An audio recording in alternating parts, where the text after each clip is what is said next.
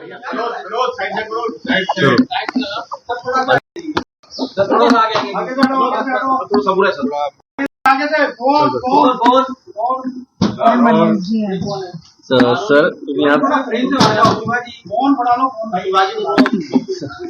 आज पंतप्रधान नरेंद्र मोदी यांची भेट घेतलेली आहे. महाराष्ट्राच्या पुराच्या संदर्भामध्ये शेतकऱ्यांच्या मोठ्या आशा अपेक्षा लागलेल्या आहेत. काय चर्चा झाली?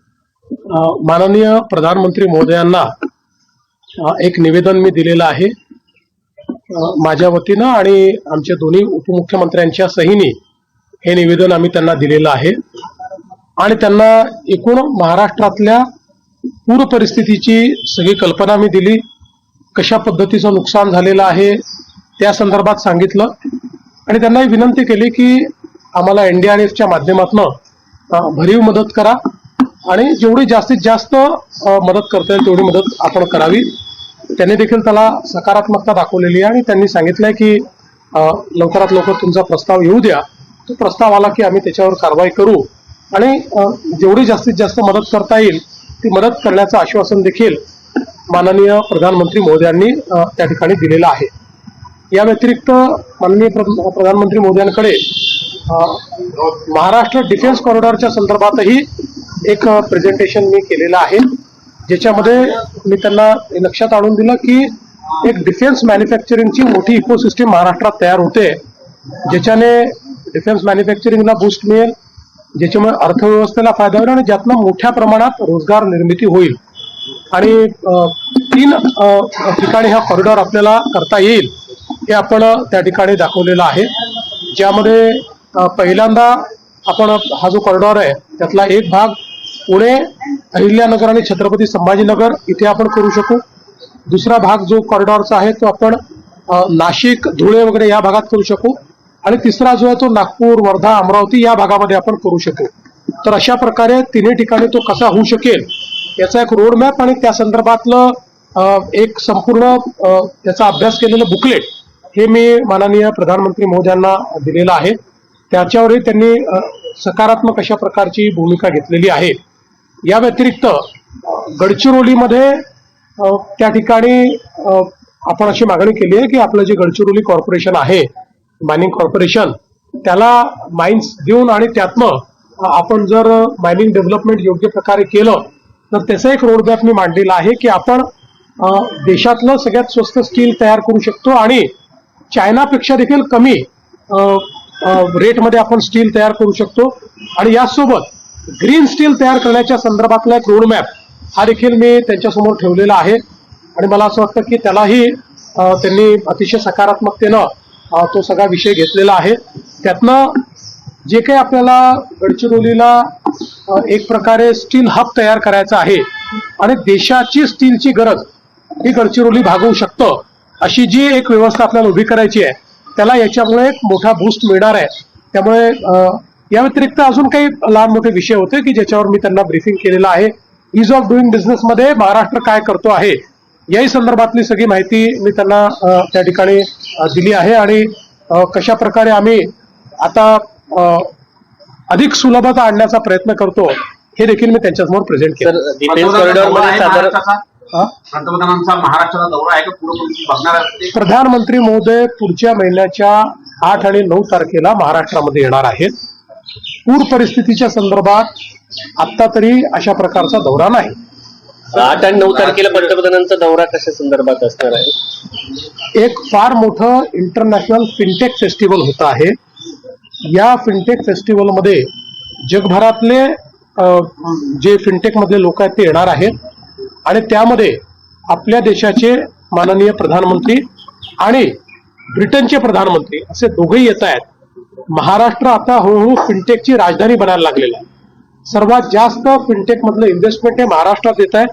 त्यामुळे महाराष्ट्राकरता हे जे फिनटेक फेस्टिवल आहे हे अत्यंत महत्वाचं अशा प्रकारचं फेस्टिवल आहे आणि त्यामध्ये ते येतात. नवी मुंबई विमानतळाचं उद्घाटनाचा नवी मुंबईच्या विमानतळाचं उद्घाटन असेल किंवा मेट्रो 3चं उद्घाटन असेल हे देखील त्यावेळेस करतील. नवी मुंबई विमानतळाला दिवाणचं नाव देण्याच्या अनुषंगानं आहे तर ते नावाचं कुठपर्यंत आलेली आहे? निश्चितपणे नवी मुंबई विमानतळाला दिबा पाटील यांचंच नाव दिलं गेलं पाहिजे असा प्रस्तावही आम्ही केलेला आहे.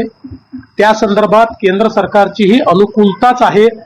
त्या संदर्भातली जी काही प्रोसेस आहे ती केंद्र सरकारमध्ये चाललेली आहे.